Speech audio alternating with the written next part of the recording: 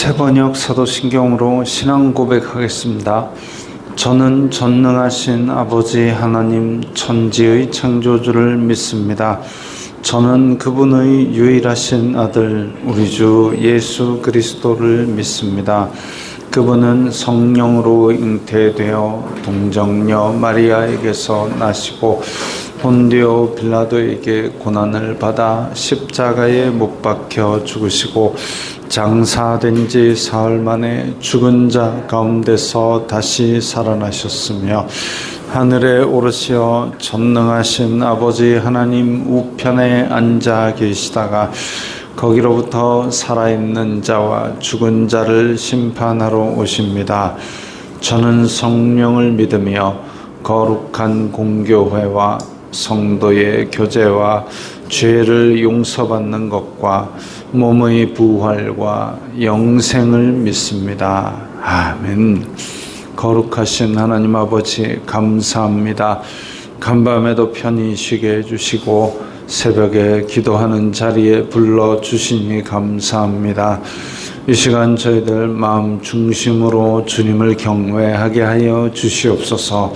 예수님 이름으로 기도드리옵나이다. 아멘. 찬송가 461장입니다.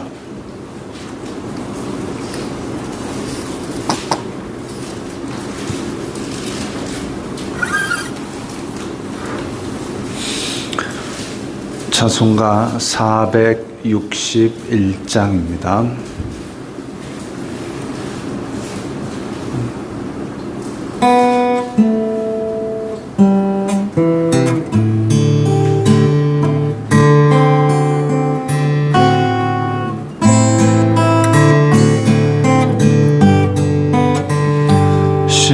십자가를 질 수 있나 주가 물어보실 때 죽기까지 따르오리 성도 대답하였다.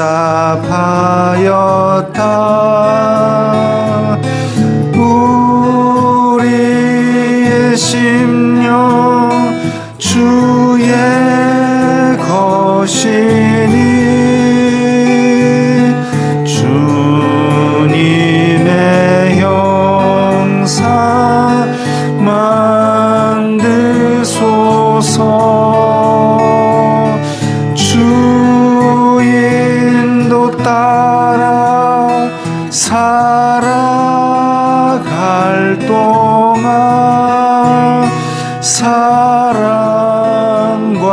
충성을 바치오리다. 너는 기억하고 있나 구원받은 강도를 그가 회개하였을 때 낙원 허락받았다.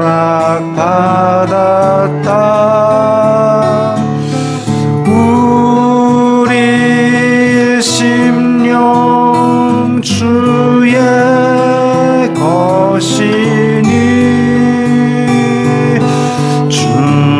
주님의 형상 만드소서.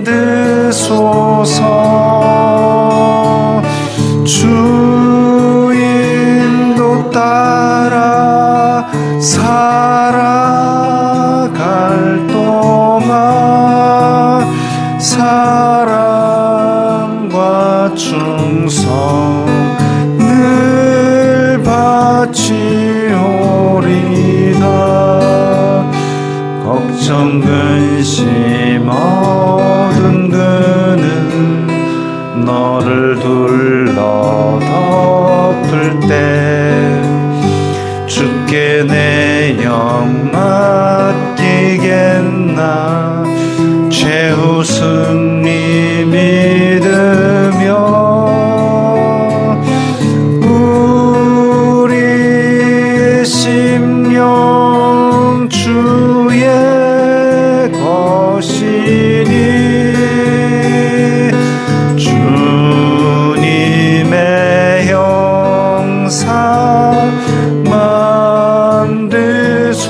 주소서. 주 인도 따라 살아갈 동안 사랑과 충성 늘 바치오리다. 이런 일 다 할 수 있나 주가 물어보실 때 용감한 자 바울처럼 선뜻 대답하리라.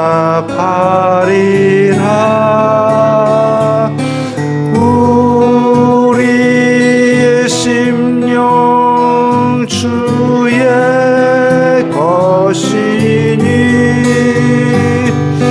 주님의 형상 만드소서.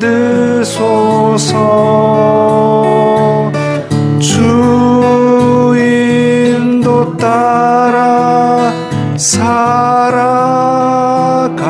동안 사랑과 충성 늘 바치오리다.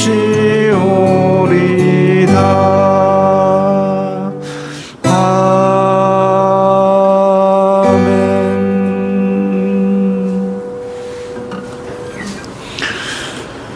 오늘 말씀은 잠언 20장 21절부터 30절까지의 말씀입니다.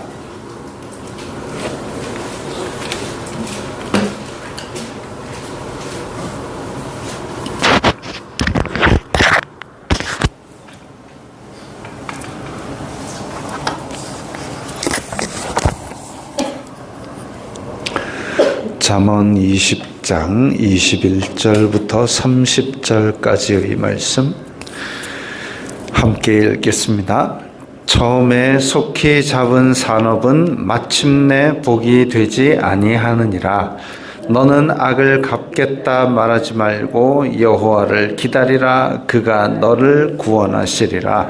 한결같지 않은 저울추는 여호와께서 미워하시는 것이요 속이는 저울은 좋지 못한 것이니라. 사람의 걸음은 여호와로 말미암나니 사람이 어찌 자기의 길을 알 수 있으랴. 함부로 이 물건은 거룩하다 하여 서원하고 그 후에 살피면 그것이 그 사람에게 덫이 되느니라. 지혜로운 왕은 악인들을 키질하며 타작하는 바퀴를 그들 위에 굴리느니라. 사람의 영혼은 여호와의 등불이라. 사람의 깊은 속을 살피느니라. 왕은 인자와 진리로 스스로 보호하고 그의 왕위도 인자함으로 말미암아 견고하니라. 젊은 자의 영화는 그의 힘이요 늙은 자의 아름다움은 백발이니라. 상하게 때리는 것이 악을 없이 하나니 매는 사람 속에 깊이 들어가느니라.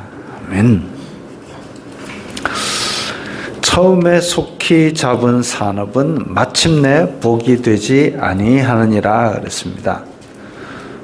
시작할 때 서둘러서 잡은 산업, 이게 이제 예를 들자면 누가복음 15장에 보면 탕자 비유가 나옵니다. 탕자가 둘째 아들이 아버지에게 아버지 내 분깃을 미리 주소서 라고 이야기를 합니다. 그래가지고 원래 이제 율법에 의하면 첫째 아들은 두 몫을 줄지니라 그랬습니다. 왜냐하면 장자이기 때문에. 그래서 사랑받는 부인의 아들이든 자기가 별로 안 좋아하는 부인의 아들이든 어쨌든 장자는 두 몫을 줘라. 이게 율법입니다. 그리고 차자는 하나. 그러면 아들이 둘이가 있다. 그러면은 장자에게 두 몫을 주니까 두 개를 주고 차자에게는 하나를 주고 지금 그걸 내놓으라는 겁니다. 이 누가복음 15장의 탕자가 그거 들고 나가가지고 열심히 사업을 해서 60배, 100배 남긴 게 아니라 허랑방탕해가지고 다 썼다 그랬습니다. 처음에 속히 잡은 산업, 속히 잡았죠. 미천을 크게 땡겼죠. 근데 마침내 복이 되지 않았습니다. 타국에 가가지고 흥청망청 쓸 때는 좋았죠. 흉년 들자마자 지 먹을 것도 없어가지고 돼지 먹는 걸 주워 먹었습니다. 마침내 복이 되지 않은 거죠. 너는 악을 갚겠다 말하지 말고 여호와를 기다리라. 그가 너를 구원하시리라. 자, 이거 잘 생각을 해야 됩니다. 내가 부당한 일을 당했다, 억울한 일을 당했다. 그랬을 때에 과연 내가 원하는 것이 뭐냐 이거죠. 내가 원하는 것은 내가 회복되는 겁니다. 내가 회복되는 것이지 나에게 부당하게 대한 사람 쫓아가서 복수하고 저 사람이 파멸하는 거, 그걸 원하는 거는, 그거는 내 마음속에 죄를 범하는 일이고 악을 범하는 일이죠. 내가 부당하게 됐을 때 이 부당하게 입은 손실을 회복하고 나의 평안을 되찾겠다. 이게 내가 원하는 것이어야 마땅합니다. 그래서 로마서 12장에 보면 로마서 12장 19절에 보면 17절부터 보면 아무에게도 악을 악으로 갚지 말고 모든 사람 앞에서 선한 일을 도모하라. 악을 악으로 갚지 말라고 말씀하시는 것이 성경의 기조입니다. 할 수 있거든 너희로서는 모든 사람과 더불어 화목하라.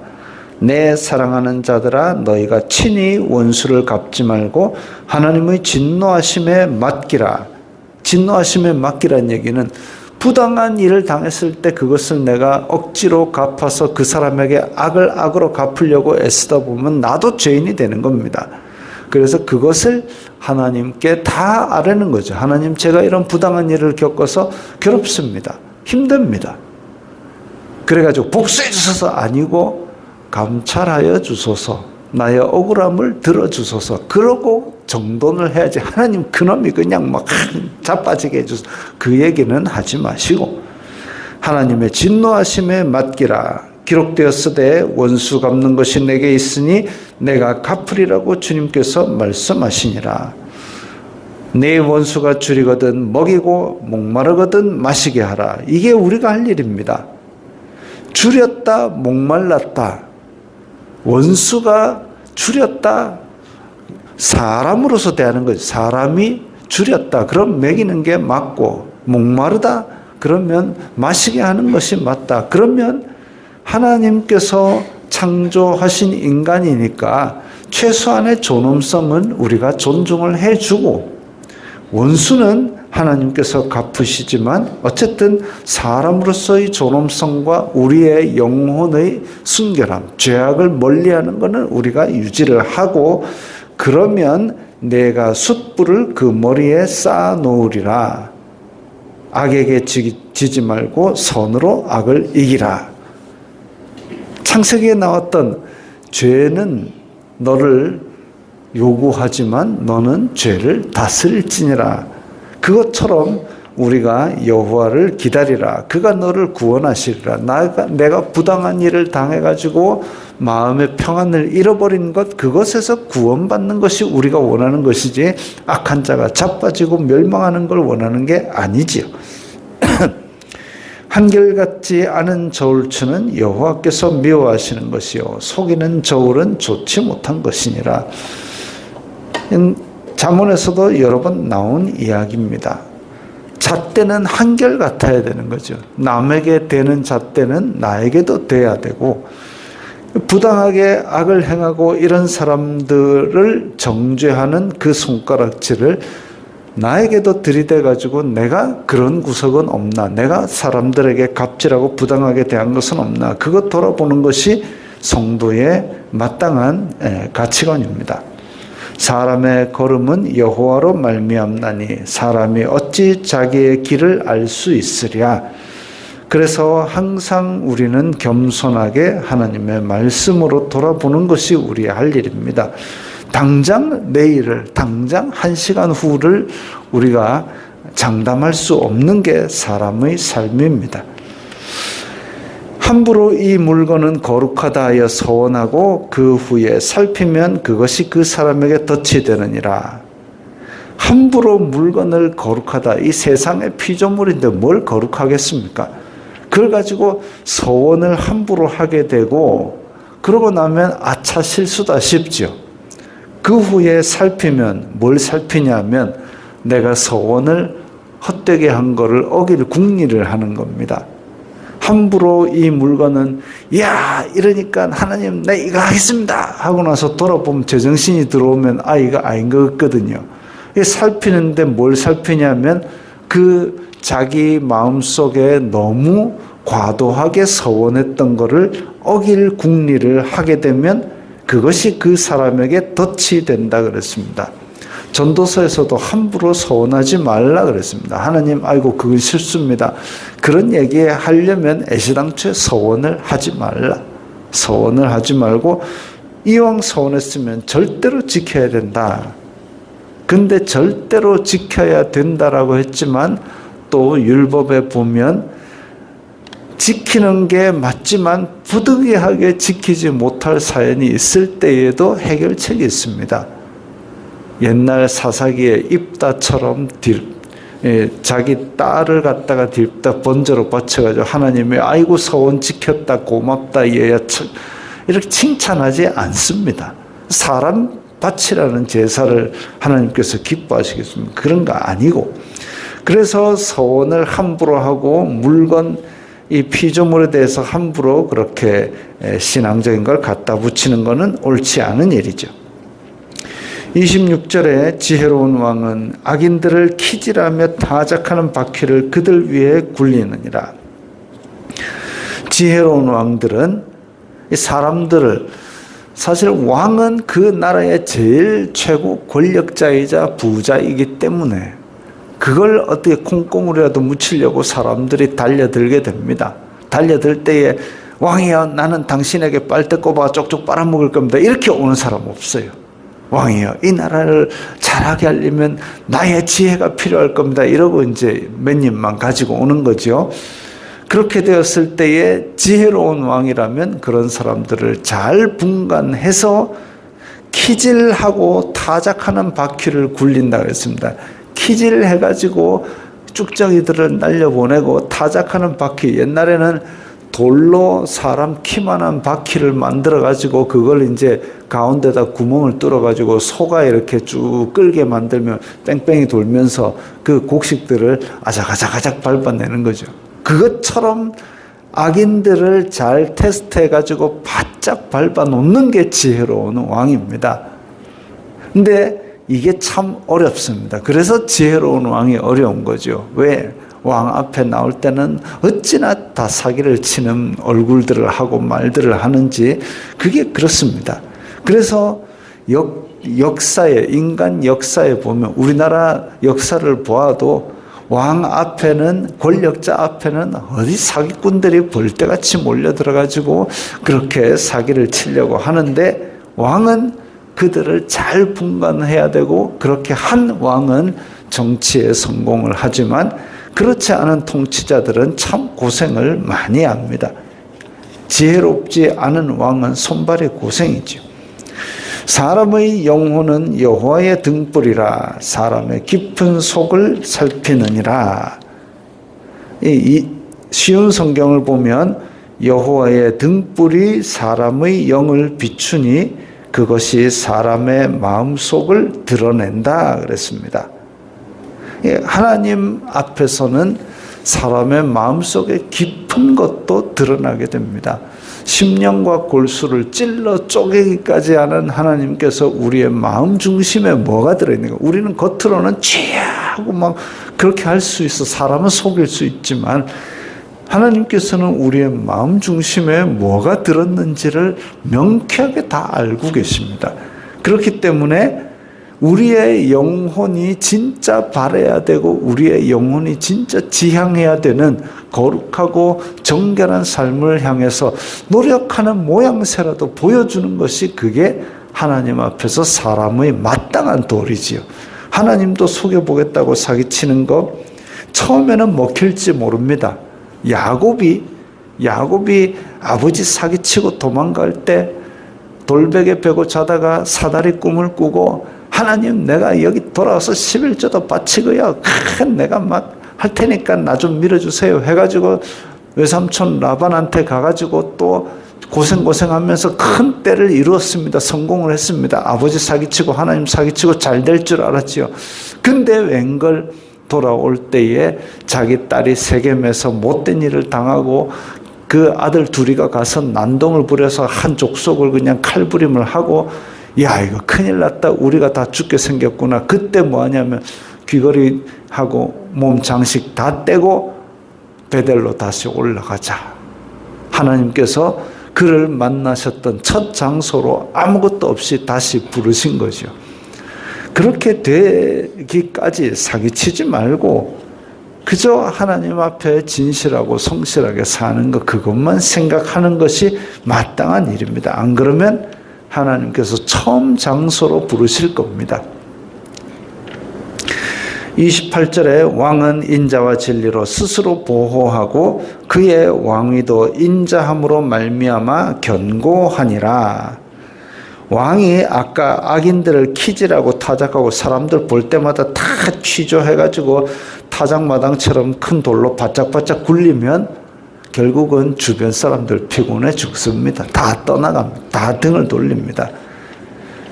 그래서 우리 한자 고사에도 그런 게 있죠. 사람이 물이 너무 맑으면 고기가 없고 사람이 너무 깐깐하면 따르는 자가 없다 그랬습니다. 왕이 사람들을 다 타작마당만 만들면 안 되고 인자와 진리로 스스로 보호하고 인자함으로 견고하게 서 나가는 거죠. 자기가 가진 것을 통해서 베풀고 너그럽게 받아들이고 이런 것들이 오히려 남는다 이겁니다. 젊은 자의 영화는 그의 힘이요 늙은 자의 아름다움은 백발이니라. 젊은 자가 쓸 수 있는 것 가장 유용한 것이 젊음이고 힘이죠. 늙은 자는 백발, 그러니까 오랫동안 축적된 그의 경험과 지혜인 겁니다. 이 사람들이 요즘 사람들도 그런 거 있습니다. 열심히 일을 해가지고 돈을 좀 벌 때는 쓸 시간이 없어요. 그래서 아이고 내일도 출근이네 괴로워하면서 출근하지만 열심히 돈을 모읍니다. 근데 이제 그 일을 그만하게 되면 시간은 많은데 쓸 돈이 없어요. 이 상호 보완적입니다. 젊었을 때는 힘은 많은데 그 힘을 지혜롭게 쓸 경험과 지혜가 없기 때문에 실패도 많이 하고 시행착오도 많이 합니다. 반면 이제 나이가 들어가지고 경험이 생기고 지혜가 생겼는데 쓸 힘이 없어요. 그래서 이런 것들을 조화롭게 알고 지혜롭게 사용을 해야 되는데 이 젊은 자가 아이고 내가 말이지 이 경험과 이걸 가지고 젊으면 경험을 해봐야 얼마나 했겠습니까?